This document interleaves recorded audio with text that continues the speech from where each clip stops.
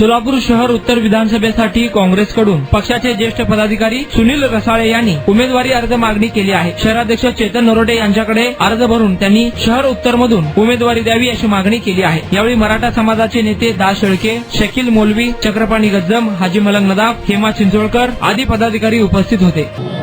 2009 साली काँग्रेस पक्षाने ही या शहर उत्तरमधली निवडणूक लढवली होती। काँग्रेस पक्षाने उमेदवार दिला होता, पण राष्ट्रवादीने बंडखोरीने हा उमेदवार पाडला। 2014 आणि 2019 काँग्रेस पक्षानं मित्र पक्ष म्हणून राष्ट्रवादीला ही जागा सोडली होती आणि दोन्ही वेळेस 14 ते 15 हजार मताच्या पुढं त्यांच्या उमेदवाराला मतं मिळाली नाहीत आणि दोन्ही वेळेला डिपॉझिट जप्त झालेलं आहे। परंतु 2024च्या लोकसभा निवडणुकीच्या वेळेस जो 70,000चा लीड होता हा काँग्रेस पक्षानं मोडला, तो 35,000वर आणला।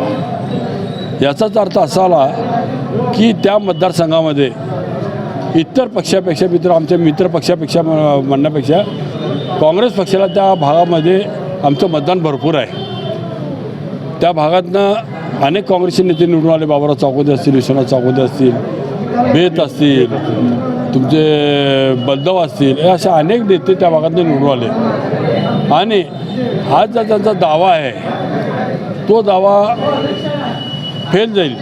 आणि जी आजची महाराष्ट्राची परिस्थिती आहे की एक आमदार महत्त्वाचा आहे या भागाला, त्यामुळं ह्या भागातनं निवडून आणायचं असेल तर काँग्रेस पक्षाशिवाय पर्याय नाही।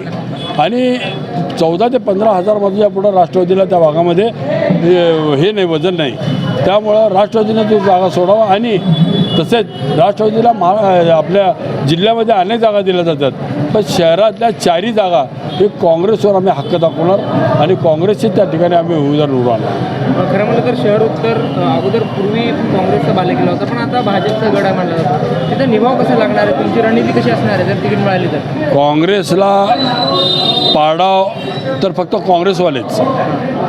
ज्यावेळेस वल्ल्याला निवडून आले त्यावेळेस काँग्रेस पक्षातल्या काही लोकांनी वल्ल्याला मदत केली, त्यामुळे वल्ल्याला निवडून आल्यानंतर भाजपचं रोप रोवलं गेलं। पण आता बघितलं आपण बघताना की परवाच्या वेळेस 70,000 लीड असताना तो 35,000वर आला। आज काडादी साहेब आमच्याबरोबर आहेत आणि 35,000चा लीड आम्हाला मोडायला का आता अवघड नाही काय। 20,000 आम्ही काडादी साहेबाच्या नेतृत्वाखाली जर घेतले तर काँग्रेस पक्ष सरळ 5-10 हजार मतांनी निवडून येऊ शकतो।